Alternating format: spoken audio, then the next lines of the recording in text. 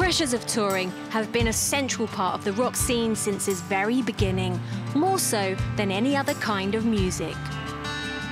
Rock and roll has always involved getting the message across to the most amount of people in the shortest time, with some of rock's seminal bands still playing to packed out venues and rocking the planet after 30 years or more. Now, these bands all played an intrinsic role in the evolution of the cult of rock, but I wanted to see what is it like to be in a rock band in 2018. So in this first episode, I'm hitting the road with a band that are no strangers to the arduous task of travelling across the globe. Collectively, they've been in bands like Dio, Whitesnake and Mötley Crüe, but together, they're a force to be reckoned with. The Dead Daisies are living proof that classic rock is still very much alive and kicking.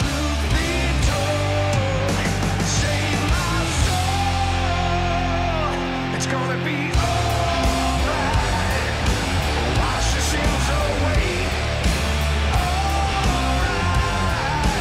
Come Judgment Day. So, Dean, yes, ma'am. Who are the Dead Daisies? Who are the Dead Daisies? Never heard of them Have before. you not? No. Apparently they're quite good.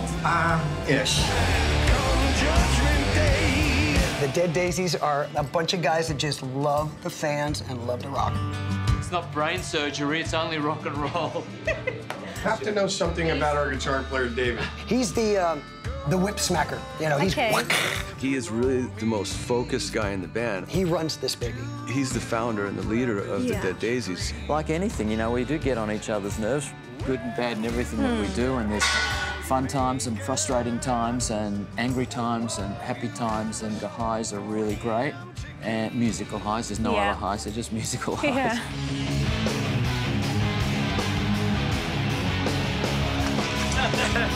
What about Doug? He's immersed in his guitar. That guitar goes everywhere with him.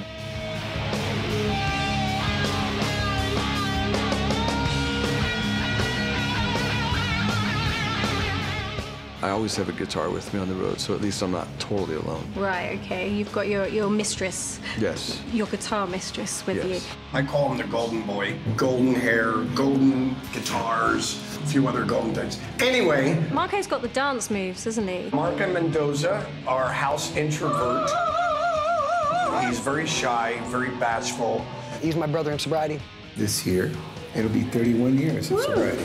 No alcohol, without a pill, without a smoke, without anything. And I'm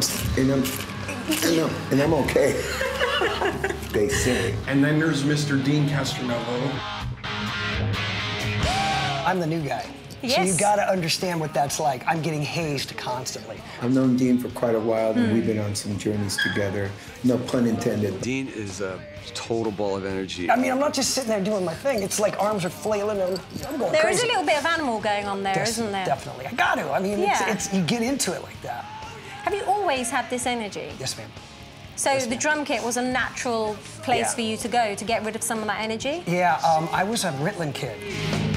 He's been through a lot in his life, and he's the best Dean Castronovo I've ever met right now. Can you tell me in Nashville that Dean has some lips on his neck and they're your lips? No, they're not my lips.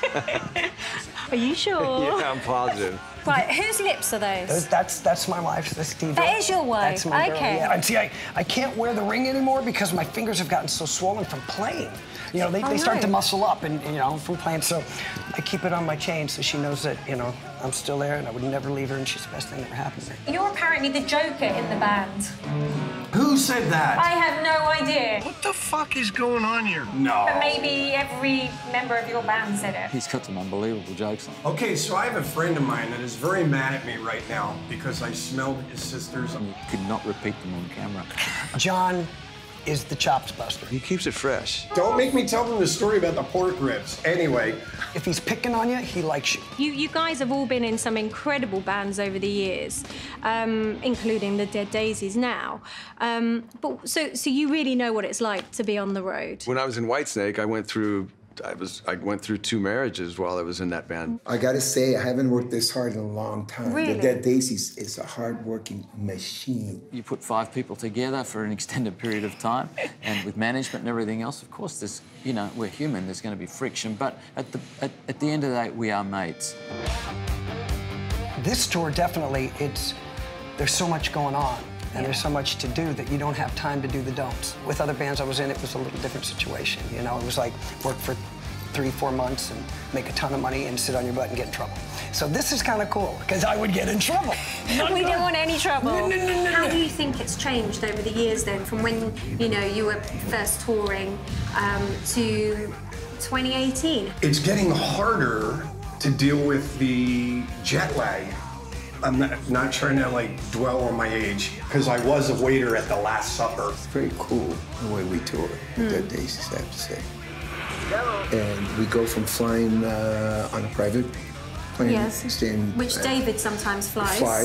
Yeah, I've taken Marco flying, and I took Richard Fortas when he used to be in the band. Years ago, when I first got into the business, touring was just a avenue to let people know you had a record out, and then people would go buy the record. And now the bands just kind of put records out to say, hey, we're going on tour this summer. Yeah. And it's kind of reversed itself. YouTube is now the new MTV. Burn It Down came out on the 6th. We were on stage on the 7th.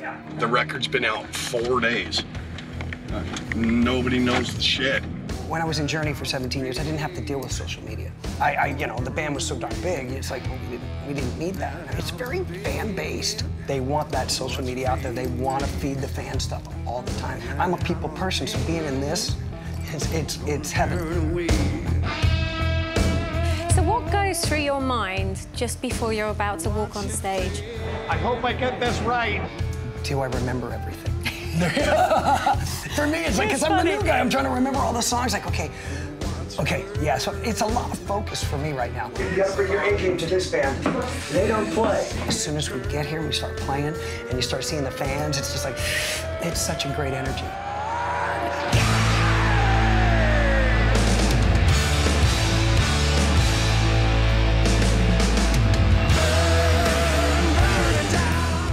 Rock as a genre, for me, I feel like it's having a real renaissance at the moment. Renaissance? I don't know her. I think what we're trying to do is keep rock in general, keep it out there.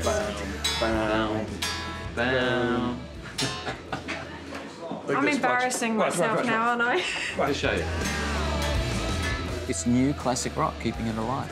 I'm just happy to be here. Like, I mean, in my wildest dreams, I never thought I'd still be doing this at almost 60.